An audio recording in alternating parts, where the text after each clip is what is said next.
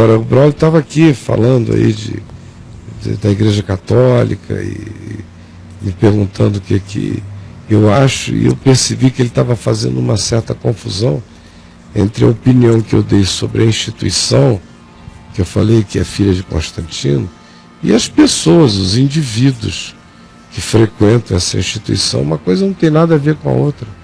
Cheio de gente boa, milhões e milhões de pessoinhas de Deus, irmãozinhos, e como em todos os outros lugares. Agora, em relação à instituição, ela é um fenômeno absolutamente definido pelo que de mais mundano no interesse do poder havia na época em que o fenômeno existiu, e o fenômeno começou como um fenômeno histórico organizado, que é a intervenção do imperador Constantino e o Império Romano. Só disso que eu estou falando, não tem nenhum juízo de valor sobre pessoas, indivíduos, alminhas. Pelo amor de Deus, não confundam as coisas. É tão fácil todo mundo ficar tão distraidamente misturado, sem prestar atenção no que se está falando e com que espírito se está dizendo.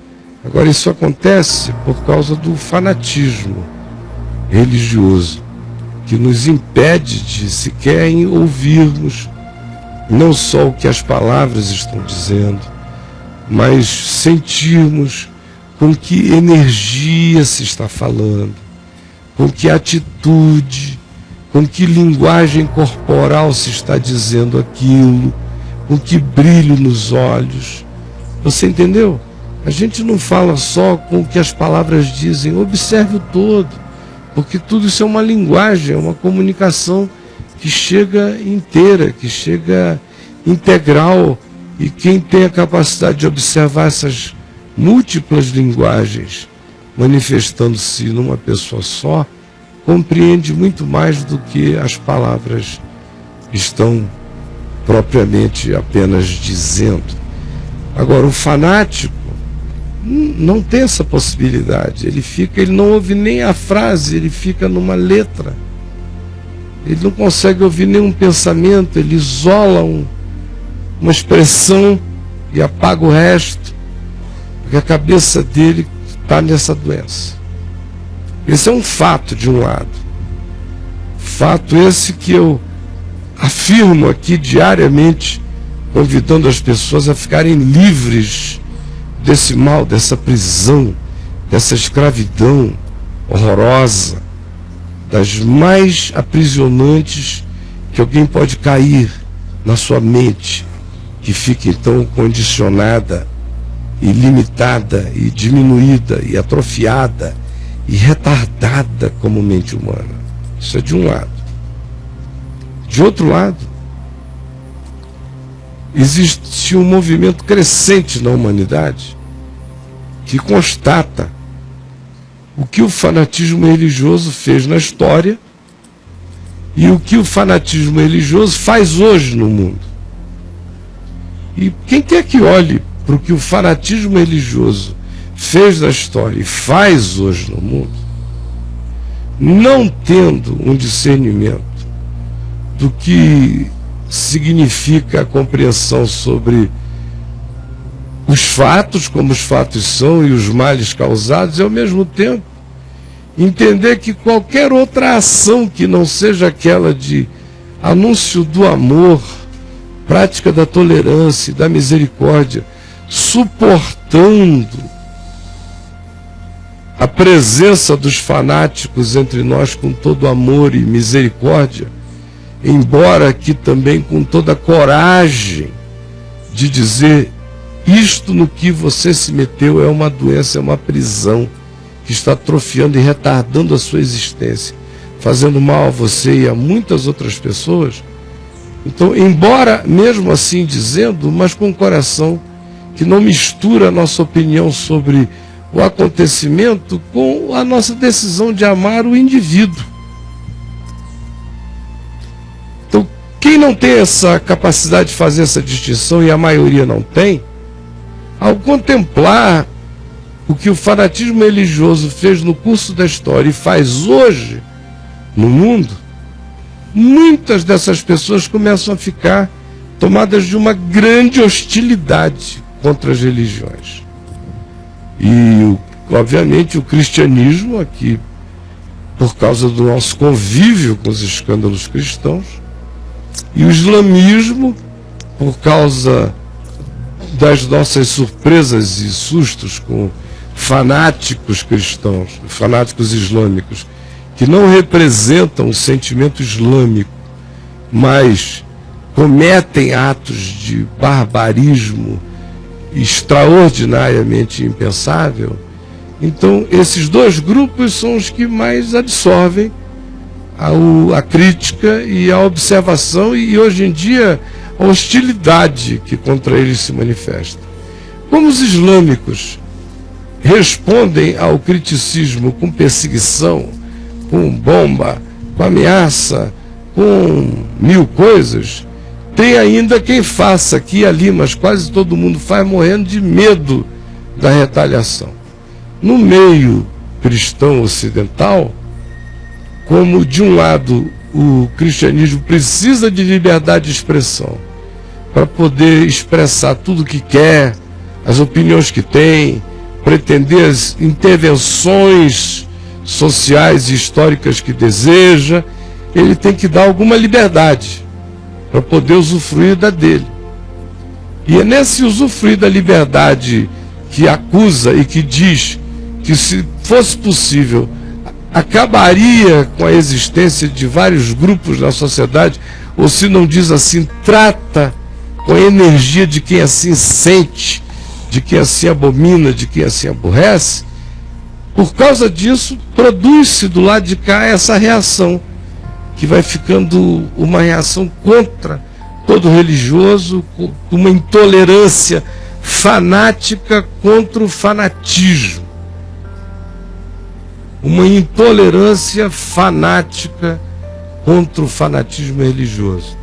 Bem expressa aqui, por exemplo, apesar da conversa polida, mas na proposta que faz esse cientista, numa palestra que aqui nos é apresentada como estando acontecendo auspiciadamente pelo Pentágono, falando sobre a descoberta de uma vacina que pode ser aplicada em populações fanáticas do mundo para eliminar o fanatismo religioso delas, supostamente porque tudo teria origem desde sempre no cérebro, o que eu questiono totalmente.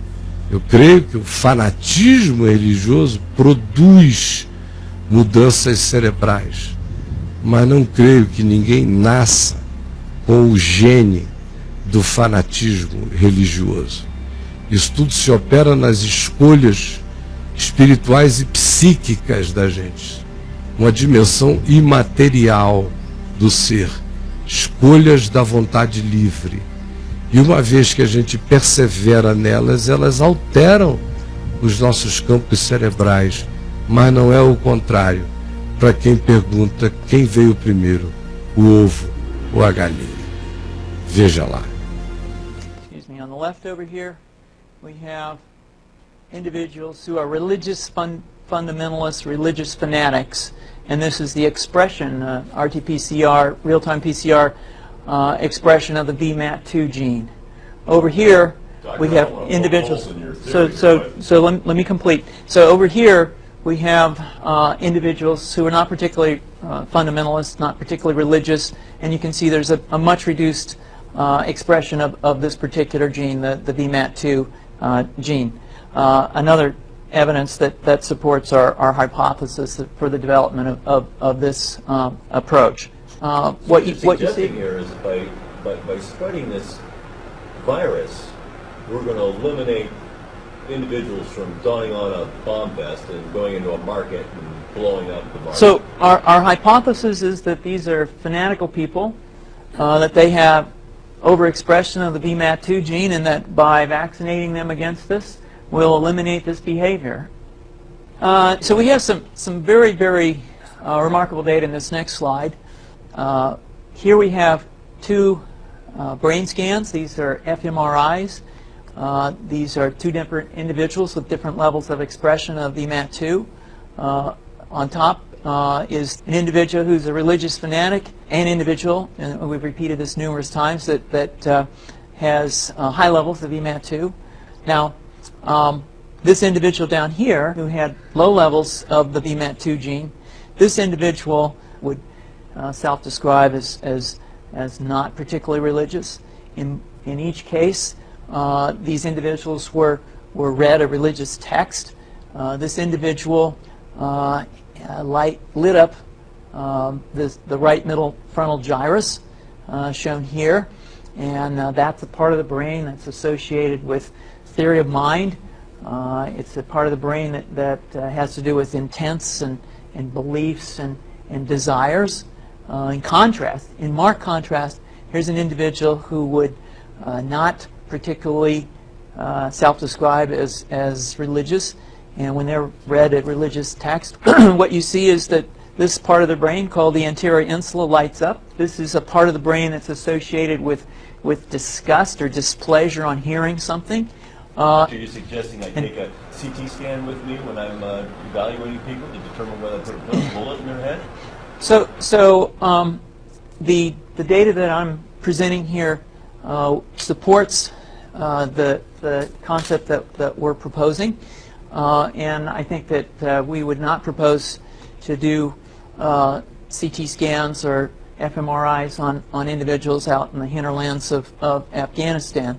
The virus would immunize against this VMAT2 gene, and that would have the effect that you see here, which is it's essentially to turn a fanatic into a normal person. And we think that will have major effects in the Middle East. How would you suggest that this is going to be dispersed? Aerosol?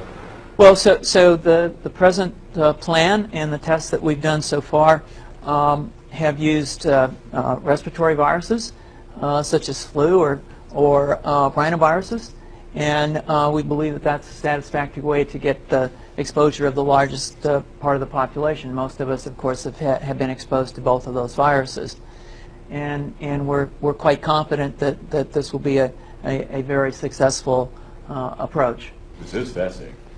What's the name of this proposal?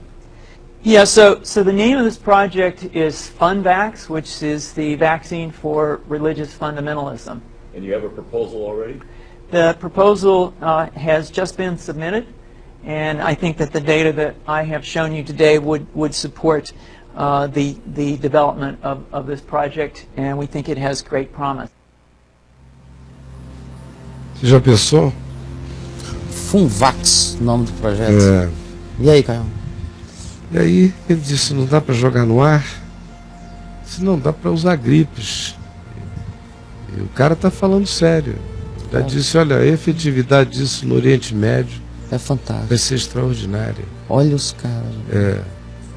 Chegando nesse nível daquele admirável mundo novo do Aldous Huxley, que era colocar química nos reservatórios de água e o povo inteiro entrar em estados de uma paz de androide, aquela paz de autômato. Exatamente. O pessoal toma o vírus, vai pra mesquita fazer compra, lanchar. Né, Caio? Vai passear aí, vai... Tudo bom? Na realidade, alguém diria, mas e daí? Se vai eliminar o fanatismo do mundo? Não, meu amigo, você não percebeu que qualquer consentimento que se dê, mesmo sem consentimento eles vão fazer, porque o que quer que eles possam fazer, que eles consigam fazer, eles realizam, eles não deixam, eles não se controlam. Assim somos nós, assim é a natureza humana. Então, se pode, se fará, mas nós temos que ter toda a consciência de que nossa adesão não pode acontecer sob hipótese alguma, porque todos esses caminhos são os caminhos do intervencionismo maligno. Mesmo quando a proposta é eliminar o mal, fazer essa intervenção em si é algo que abre precedentes que não terão controle. Não terão controle. É só começar e não vai haver controle sob hipótese alguma. Porque a natureza humana, desgraçadamente, é assim.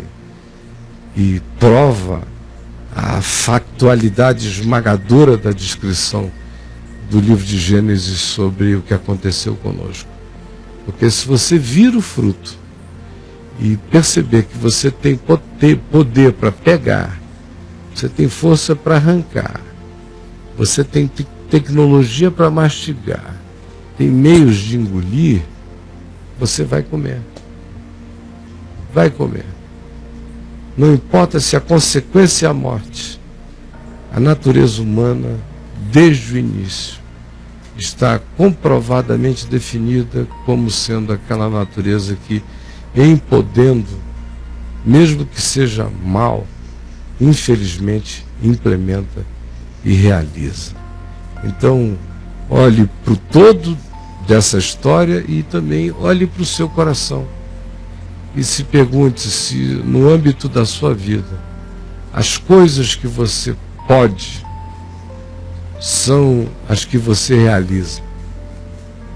Ou você só não realiza algo quando não pode. Ou, porventura, existe ainda em você aquela realidade superior que mesmo você podendo, você diz eu posso, mas não farei. Mesmo você conseguindo, você diz eu conseguiria, mas não é bom, por isso não quero.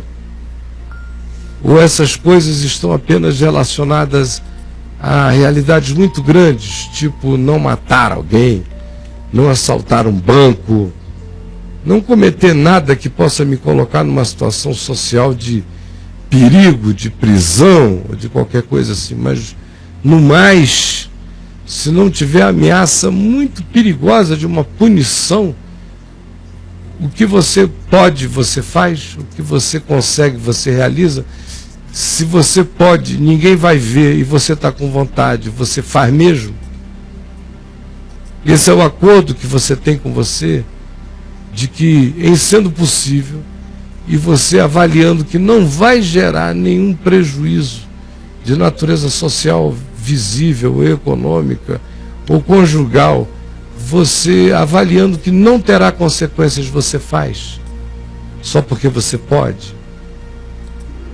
Porque é assim conosco desde o início, mas está ficando insuportavelmente mais ampla essa realidade.